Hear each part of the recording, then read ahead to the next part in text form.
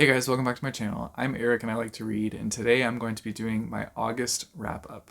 So I know it's a little bit delayed on getting to you this August wrap up. My last week was pretty busy with some freelance projects, so I'm finally getting around to having time to film. And I must say, my August TBR was fantastic. Like, I had such a good reading month, and I actually read so much, which I haven't done that in a really long time. So, I feel really proud of myself for the fact that, I got through so many books in the month of August. But yeah, I'm excited to share what I thought about the different books I read. Some of them are moving up on my favorites list because they were so good. But yeah, let's dive into it. I'll start off with Tithe, aka Tithy. Um, and I just like calling it that. There's no reason why. I just like it. But anyways, I read this one at the very beginning of the month, and so this is the first book in a trilogy by Holly Black, and it's her one of her first trilogies, I think. But it's centered around Fae and the mythology of Fae. And so, yeah, this is the first book in that trilogy. I have the whole trilogy. I bought it at the secondhand bookstore here. And so I wanted to get started on it because if I like them, I'll keep them. And if not, then I can just bring them back to the secondhand bookstore. I also read the Cruel Prince trilogy and I really liked that one. So that's why I wanted to give this one a shot. This one, I would probably give this one only a 3 star just because I didn't really feel anything for any of the characters. I couldn't really connect with them very much, and I felt like they didn't have much to them. There wasn't that much depth for each character. They were just kind of there. Um, I also felt like there was a queer character in this book, and I feel like this queer character just kept getting forgot about by other characters in the book, and that kind of just pissed me off a little bit because they're there. They've been helping certain characters do certain things and then they're just forgotten about. Come on. That's kind of BS. So, yeah, that kind of irked me a little bit. But I don't know. I couldn't connect very much.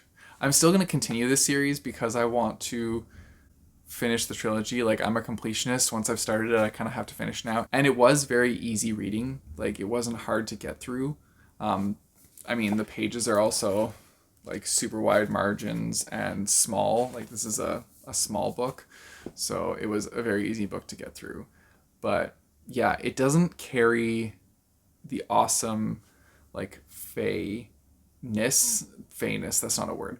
It doesn't carry how I felt in the Cruel Prince trilogy. This one's very different. Much more urban fantasy rather than going to a world of Fae. The Fae are here in the urban setting. And so, yeah, I don't know. It's a blend of fantasy, but also contemporary, but not the fun parts of contemporary. So, I don't know.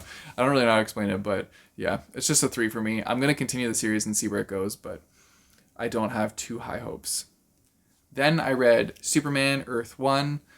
This was because I needed to read a book with Earth in the title due to I was doing the magical readathon last month, so I was matching all these books to prompts. And yeah, I really liked this one. I would give this one a 4 out of 5. It's a great origin story for Superman, and it kind of has a little bit of a different take on Superman in this one rather than the traditional story of him. So you get a little bit of a different perspective on what he's going through and how he's feeling, and yeah, it was pretty good. I would read more in this series. I definitely enjoyed it. I know that they have a whole bunch of Earth One graphic novels, and I've currently read the Batman and the Green Arrow ones as well. So now I've accomplished reading the Superman one, and yeah. Speaking of the Earth One series, I also have the Teen Titans Earth One as well. This one I just happened to find at a used bookstore this month when we were traveling. I saw this one and I was like, hey, I want to check that one out. So, picked this one up and I liked this one too. I would give this one probably a 4 out of 5 stars. It definitely takes a different take on the Teen Titans, not the traditional way that the Teen Titans are told, and I really liked it. I liked the direction they were going in with this one. I can't really like dive into it because I don't want to give anything away, but it's pretty cool. It was a fun time, and I would definitely continue this series of Earth One to see where these Teen Titans end up, honestly. So, yeah, definitely gonna try and find more of these at our local comic store and see if they have any of the other volumes, because I would pick them up for sure. Okay, next up is a book that kept me on my toes the whole time. I read Falling by TJ Newman. I picked this book up at Walmart on a whim because it was on like a sale rack for like $5, I think. And this book was so intense. Oh my goodness. So this is following a pilot, and this pilot gets a call when he's on the plane and they have already, well, they're about to take off. And it's a call from a terrorist who has his family hostage, and the only way he will let the family go is if this pilot crashes the plane.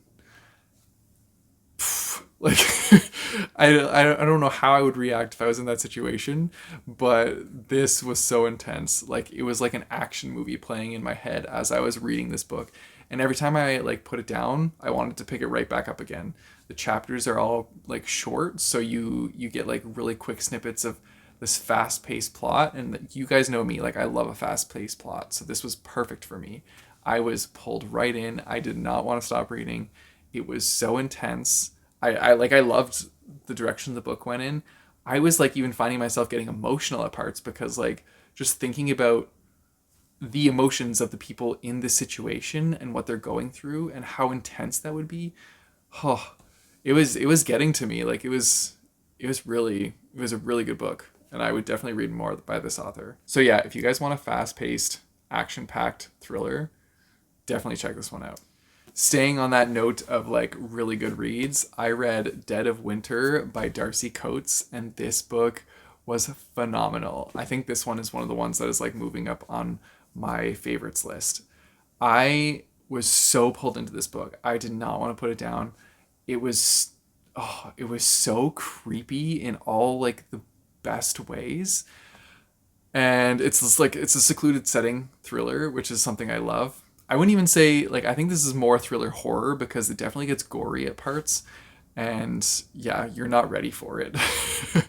So this is following a character who is going with their partner on a trip, and so it's like they're all on this like coach bus that's taking them up into this like resort in the mountains to spend like the next 2 weeks just hanging out at like this. It's kind of like a ski resort. I don't know if there's like ski hills nearby, but like it's that kind of setting where you can go like hiking through winter trails and just relax and have a great time at this secluded resort. Anyways, so on the way to the resort, there is a tree down in the road, and so the people get out of the coach bus to like figure out what their next steps are going to be, and they get caught up in a winter storm. And so they need to take refuge in a nearby cabin. And so they take refuge, they are there, and they're hunkered down for the night. But the next morning, they find their tour guide headless outside of the cabin. And so, I said that weird. They find their tour guide decapitated outside of the cabin. And so that throws everybody into a frenzy because clearly somebody is not who they seem in this group of people, and they now need to figure out what's going on, and they're all like suspicious of each person, and you need to like figure out along with them what's going on and who's doing this. And this book kept me on my toes as well. I was like constantly having all these different theories about what was going on the whole time, and then something would happen and that would like change all my theories, and then I would just be like trying to figure this out constantly as I was reading through it. It was so good though. Like I couldn't put it down. I kept picking this one up, and even when I like had to put it down to like go eat or something, I would come back to it right after because I was so immersed in the story and wanted to find out what was going to happen next. So yeah, definitely a good one. If you like secluded setting thrillers with more gore, so like a little bit leaning more on the horror, then this might be the one for you. And I hope you do read it because I would love to talk to people about like what happens in this book and what their assumptions are of what's going on. Now that I know, like I want to know how people think about it during the process of reading it. So yeah, pick this one up if you want something that's going to keep you on your toes and give you like the heebie-jeebies.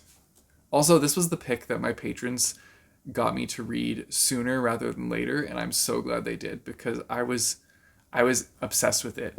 Honestly, right after finishing this book, I went and purchased 4 more of Darcy Coates' books because this is the second book I've read by her and I loved it. And I loved the other book I read by her too. So now I have 4 more of her books to read and I'm so excited. Then next up, I read Gill's World. This was a book that was pulled out of my TBR jar ages ago, and so I finally got around to reading it. This one, I think I would give like a 3 out of 5 stars. It definitely has a solid premise that it's like building to begin with in a series. And I mean, it does say at the top, this is Wanderer's book number 1. So this was definitely very much so like a setup book for the rest of the series. I wouldn't say the main character was that intriguing to me. And it does throw you off a little bit because you're getting perspective of like AI architects, which are like an ancient alien race, I guess, that was like here before anybody else. And then you get the perspective of this woman named Gill who is living on this planet where it's kind of like rudimentary. They don't have very much on this planet. It's more like even before medieval times, I would say, closer to like hunting and foraging and having like a small little village, kind of like that kind of setting. But the characters can like feel each other through this like sense that they have in their mind, and they can like connect to each other and notify each other of things that are happening. But Gill kind of has like an advanced version of that where they can actually feel other things, not just the people around them, but like other outer species or things like that. And so the book kind of like carries along with Gill having to kind of like protect her village in a way because she can sense these things that are coming. And that's like the setup. And then from there, the series, I'm assuming, is going to take off into a direction where we follow along with Gill and her development of, I think it's called a sphere that they have like in their head. So it's going to be like the development of her with her sphere and how that will interact with like this other AI species. But yeah, it was pretty interesting. I don't know. I probably could read the rest of them. I will say when it's in like the architect's like AI view, their chapters are very like technological and very like specific in that way. So if you don't like reading like techie stuff or like things involving code, there's a lot of like numbers and like numeral sentences with their perspective, then that might not be the thing for you. I will say that kind of like brought me out of the book a bit just because there's so many sequences where it's just straight up like robot chat where they're talking back and forth to each other, and it's not like fun robot chat like Murderbot, but more like two coding robots talking back and forth to each other. So that did bring me out a little bit. I think if it had less of those interactions, like still have some in there to show like that's a thing happening, but like not as in depth into those interactions, I think it would have kept it going a little bit faster. So that would be my recommendation. But yeah, I don't know. I would read more of it just to see like where the series goes. And then the last one I read was Monstrous Volume 3. And this was exciting to jump back into because at the rate I'm going right now, I read 1 volume a year, which is pretty slow for graphic novels, but I don't know. That's just, I keep coming back to Monstrous every summer. And yeah, I enjoyed it. I'm very like intrigued to see where she goes with this form, because this form is some sort of like god that's like attached to her, but it's like within her body. And so they have to like form this bond to keep each other alive. And I find that fascinating. And then there's also like other things at play. Like there's little like foxes that is like a whole race, and they're all like little fox people. And then there's these like witches that are hunting this main character here. And so, yeah, there's a whole bunch of like different things at play in this series, and it's very interesting. And I definitely want to read more of it. It's got like a really heavy like steampunk vibe to it too. So if you like those kind of things, then you might like this. But yeah, I had a fun time with this one, and I'm going to continue the series. Hopefully a little bit faster than one a year, but we'll see how that goes. And yeah, those are all the books that I read in the month of August. I had a pretty good reading month, and I'm really excited that I had that good reading month. I hope it will continue for the remaining months of the year.